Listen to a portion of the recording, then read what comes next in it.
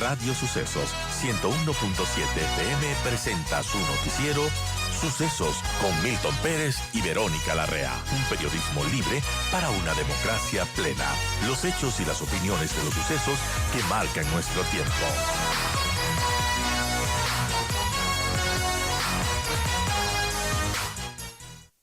Pero amigos, buenos días, gracias por seguir con nosotros y yo doy la bienvenida a Andrea González, ex candidata a la presidencia de la República. Andrea, gracias por atender esta entrevista. Lo primero, saber cómo te sientes 2 semanas después de las elecciones, ya con resultados claros y con una carrera hacia la segunda vuelta entre dos candidatos diametralmente opuestos.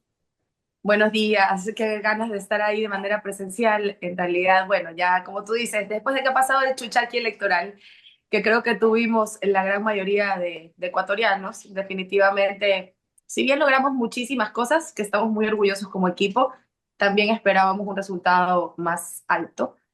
Creo que las cosas están complicadas para quien sea que gane esta segunda vuelta. Realmente, pues, he sido muy clara sobre lo que pienso del socialismo del siglo XXI y cómo eso utilizó nuestros recursos. Es realmente preocupante que los últimos 10 años de petróleo vuelvan a caer en manos de quienes ya lo despilfarraron. Creo que ha sido un aprendizaje enorme para nosotros como equipo. Estamos en este proceso de armar nuestro nuevo movimiento, por así decirlo, político, verde pero liberal. Y liberal, obviamente, hablando del plano económico, ¿no? Nos está tomando un poco de trabajo, pero definitivamente hay muchas manos. Bueno, ahora, claramente sí, le has dicho al país por quién no vas a votar y lo que piensas del socialismo. La pregunta aquí es por quién votar. Creo que es claro, ¿no? Realmente hay cosas que mejorar si no hubiésemos participado. No es la manera más fácil de participar en la política hoy en día, ser un candidato en un país tan convulsionado como está Ecuador. Pero definitivamente la libertad es lo más preciado. Y al final del día, Milton, todo es reparable, menos la pérdida de la libertad. Entonces, es necesario que entendamos que durante los 10 años del socialismo del siglo XXI no solamente se persiguió a quien opinaba distinto, sino que también fueron silenciadas muchas voces.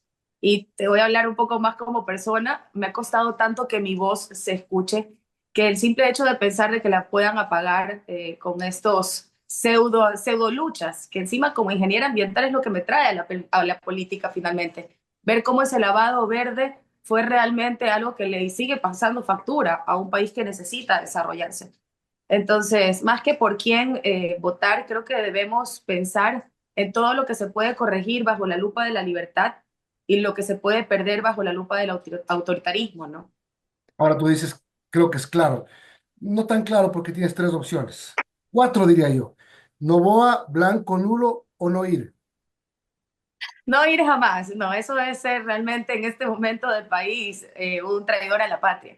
Creo que lo dije muy claramente, yo exhorto mucho a que los jóvenes voten, no solamente porque era uno de mis votos fuertes, sino porque realmente ellos tienen una visión menos intoxicada, si lo queremos ver así, de la política del país. Tienen más esperanza que los millennials realmente de poder cambiar a punta de la participación política en el país. Es impresionante la cantidad de grupos activistas políticos que están formando hoy las universidades. Sin embargo, creo que el nulo es respetable. No he sido una persona que jamás vote nulo, no lo defiendo ni podría hacerlo. Creo que al final del día votar nulo te hace igual de responsable de lo que suceda después. Es decir, no es un certificado de irresponsabilidad o de deslindarte de lo que suceda, pero entiendo la confusión entre lo que pasa a mí es que son dos proyectos de izquierda y al final del día la derecha, entre comillas, no vendría a tener un representante. El mundo está cambiando. Vemos que las elecciones en Alemania, las decisiones que se toman en otros países, también van hacia un lado un poco más exacerbado, ¿no? Extremista. Creo que el centro siempre es una solución para estos puntos extremos y definitivamente respeto a quien quiera anular su voto, pero no es el momento para dejar claro argumentos o criterios. Es el momento de tomar decisiones difíciles y un país en el estado en el que está Ecuador requiere que tomemos decisiones difíciles absolutamente todos, no solo quienes participamos de la política bajo la luz de la pantalla, ¿no? Es necesario que hagamos esta reflexión de qué es lo que nos ha dejado el socialismo del siglo XXI, qué es lo que nos están proponiendo, Freddy, porque, perdón, Milton, porque al final del día, no me mates, no me mates, porque al final del día realmente la decisión más profunda es la de decidir si vamos a mantenernos dolarizados o vamos a coger este proyecto que inicia con este cambio constitucional en el 2008 en Montecristi. Y recordemos que el candidato del RC5, Diego Borja, asistió al ALBA y fue el representante de Rafael Correa frente a Hugo Chávez para el proyecto ALBA, que habla del proyecto Sucre. Entonces, en realidad no lo van a decir porque es increíblemente antipopular, pero ellos, para continuar con esta constitución de Montecristi, necesitan desdolarizar el país y convertir el proyecto Sucre en la realidad que siempre han soñado. Entonces, más claro, o Maduro o cualquier cosa que se pueda arreglar. Entonces, sé que es una decisión difícil para aquellos que no encontraban o encuentran dentro de las dos opciones un preferido o alguien que realmente los identifique, pero tenemos que en estos momentos escoger entre dolarización, proyecto Sucre, entre libertad y autoritarismo. Y definitivamente hay que corregir cosas, lo sabemos, los números del tema de la violencia está fuera de control, Perdón, fuera de pero control. ¿tú crees que Novoa garantiza todo lo contrario a lo que representa el socialismo del siglo XXI? Por No, ejemplo, porque garantiza libertad. es centro izquierda según su propia clasificación. Entonces yo que me clasifico más en el espectro de la derecha, pero sostenible, digámoslo así, encuentro muchas cosas que mejorar y definitivamente el tema de la vicepresidencia le está pesando mucho a él, a pesar de que opinemos distinto cada uno de los ecuatorianos a nivel internacional y en el tema de los observadores en esta elección ha sido una mancha en el proceso y seguirá siendo un motivo para disrupción e ingobernabilidad durante estos próximos meses. Entonces, por supuesto que hay cosas que corregir, lo repito, si no, créeme, me hubiese quedado en mi casa mucho más tranquila criticando por Twitter. Sabíamos que teníamos un proyecto que corregía todos estos errores y que tampoco hay mucho tiempo realmente para estos cambios también en el ministerio. Justo en este momento de campaña es importante que se maneje con una estrategia a ese voto difícil, a ese voto pensante, a ese voto que te está viendo cada decisión que tomas, ¿no?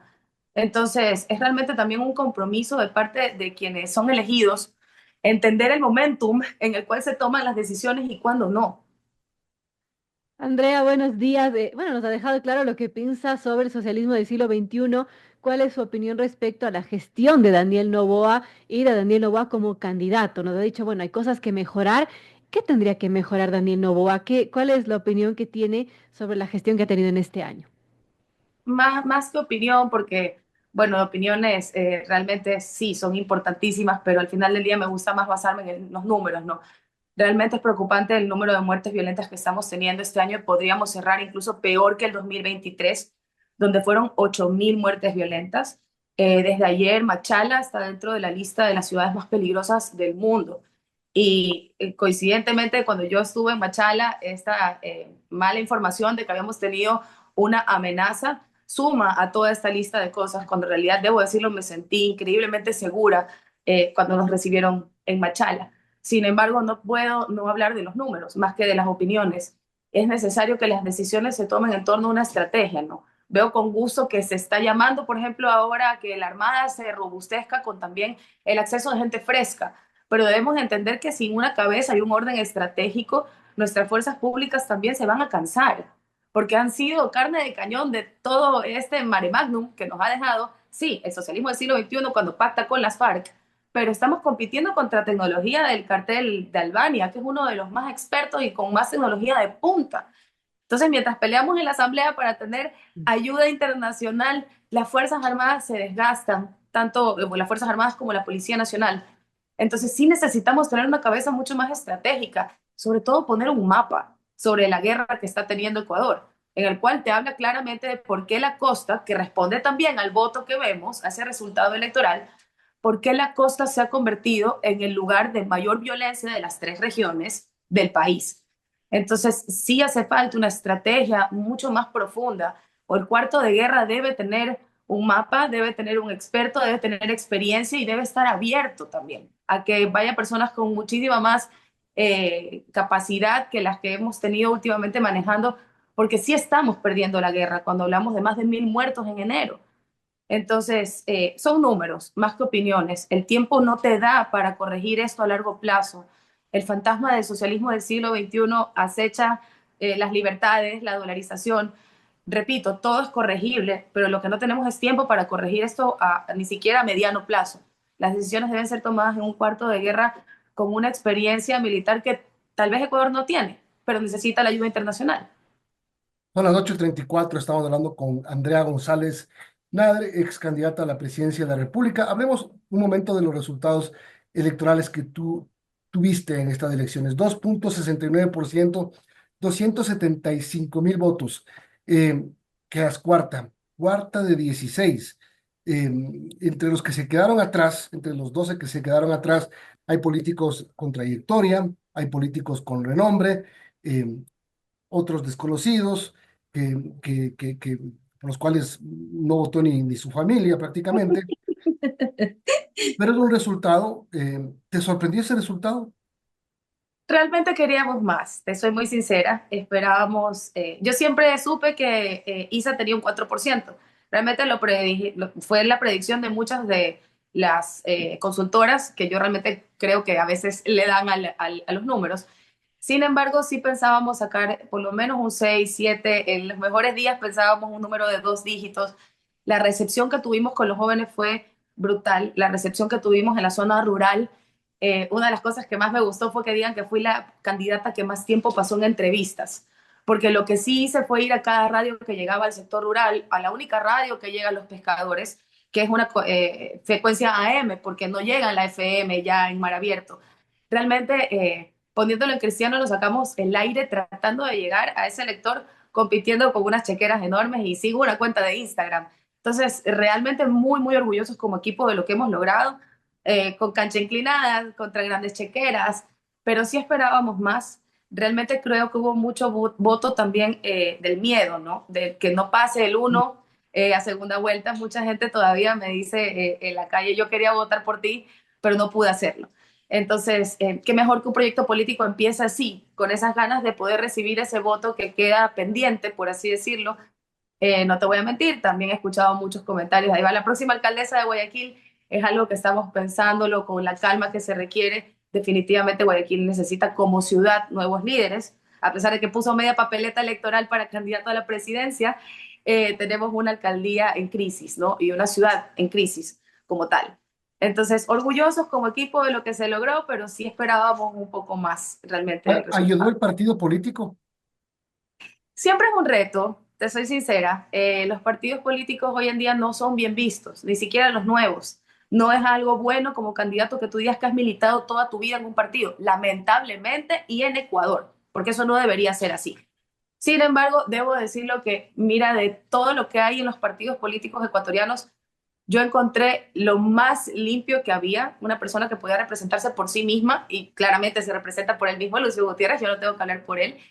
Y siempre, siempre les voy a agradecer porque me dejaron ser increíblemente libres. Me llevo el mejor de los recuerdos, y esta creación de este nuevo organismo verde liberal, por supuesto que busca alianzas. Y las alianzas que busco en sectores donde ellos son muy fuertes, como la Amazonía, continúan abiertas para poder ponerlas sobre la mesa.